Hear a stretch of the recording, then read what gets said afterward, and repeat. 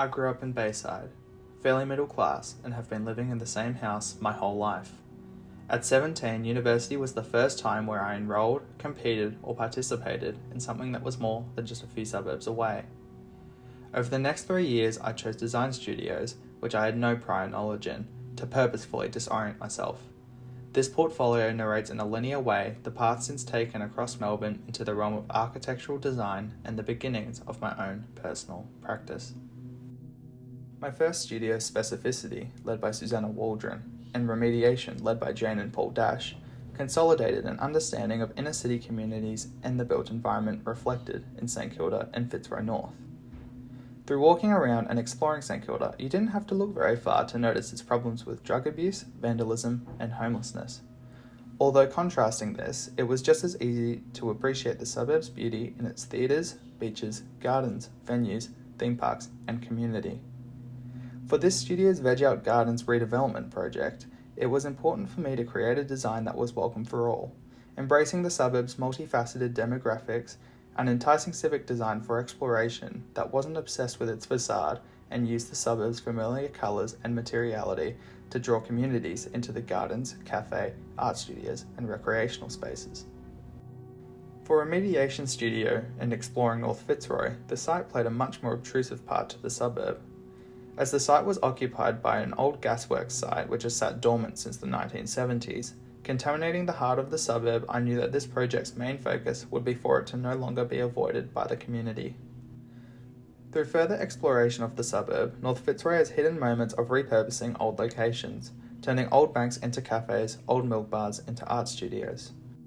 So for my project, I wanted to create a subtractive design, paying homage to the site's long excavation process that would continue intersecting streets into the site, encouraging a flow of people and encouraging movement for the community to once again make use of this land. Lining the plaza with commercial shop fronts and sporting facilities, the remainder of the land is occupied with residential accommodation, greenery, and educational facilities with motifs of the gasworks past. Taking this once contaminated site and turning it into a thriving remediated community hub.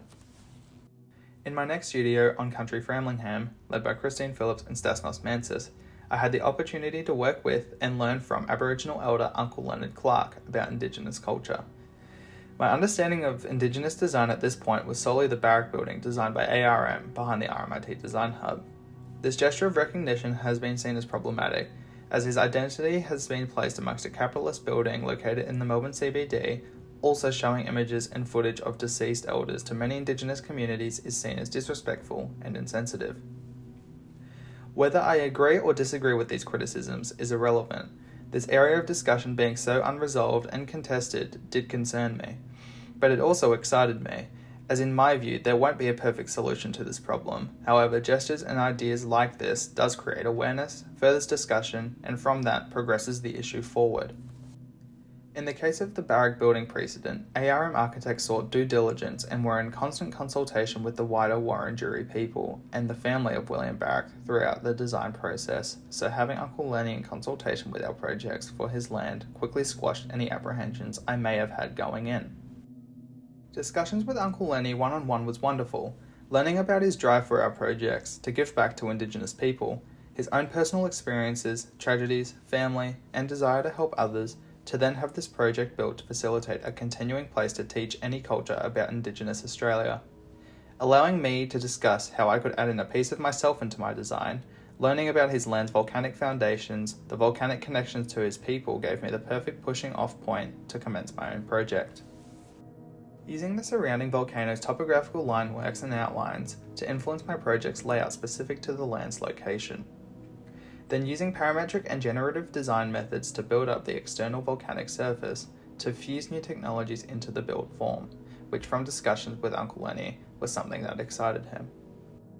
After completing on Country Design Studio, I realised that my interest and lack of knowledge for technical and generative design was growing, and knew that if I knew more in that area of design, I could have added to the textural qualities and fabrication methods of my on-country project.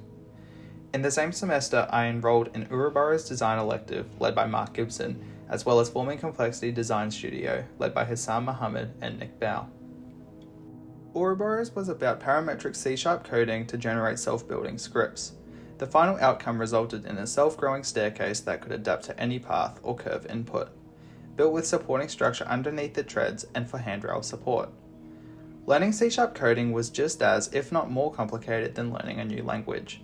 However, compared to Grasshopper, workflows can execute much heavier operations in much less time.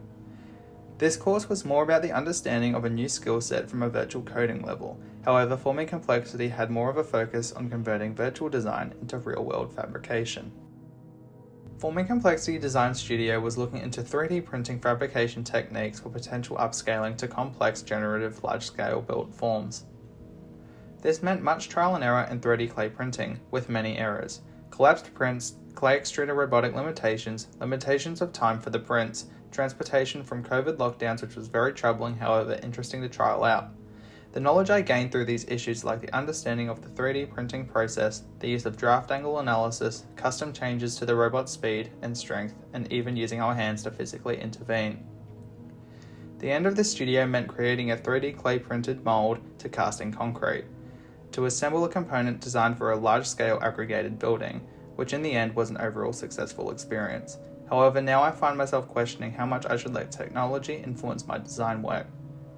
This course has armed me with the knowledge of a plethora of software, much akin to the utility belt of a builder. So for me, I see technology as a tool the same way I see digital work most successful in film. Not as a crutch, not as a distraction for the viewer, or as a disconnect of human intention. The best visual digital enhancement is to enhance what is already there for what can't be convincingly achieved in the real world. This is something I gather a lot of inspiration from Roland Snooks. So as an extracurricular role, I volunteered for Roland under the guidance of my previous tutors Hassam and Nick to work in the fabrication process of his latest project, Unclear Cloud, being exhibited at NGV. In this role, I was able to build and work on the assembly and connection process with a team to realize the digital. From this, I was able to observe and practice how the skills I learned from both Ouroboros and Forming Complexity come into play, as through much trial and error, creating these digitally modeled forms through robots and physical construction had to work together to achieve a final result. From this first-hand experience, I have realized robots can do wonderful things and achieve extremely precise results, although the need to physically intervene and improvise on a human intuition basis to finish things off is still very much present. However, I do believe that one day the innovations of these technologies will evolve so much that projects like Roland's in this emerging sphere of design will be achieved, from both ends of the spectrum, from intimate moments such as walls and ceiling panels, as well as on the mid to large scale architectural level. To now, I reflect. Yes, I grew up in Bayside, fairly middle class, and have lived in the same house my entire life. University was the first time I participated in something that was more than just a few suburbs away. Now, as I learn and discover new spheres of design and subject matters, I return home with this knowledge, to evolve it as it evolves me symbiotically. This folio has articulated 3 concerns: the role of understanding a context, the role of pushing forward a discussion, and the role of pushing forward emerging technologies and ways of creating. The hope is how to move forward to capture these in a more distinct practice. These 3 trajectories have a wide span of opportunities to explore separately. However, what I find more interesting is what happens when they have an opportunity to merge. How would they bridge between each other, or how could they break through each other's boundaries to create something new? How could my practice have rebuilt the Notre Dame Cathedral if I brought in the use of robotics, or introduced something new to the existing context, to reinvent the monument, not restore what it already was?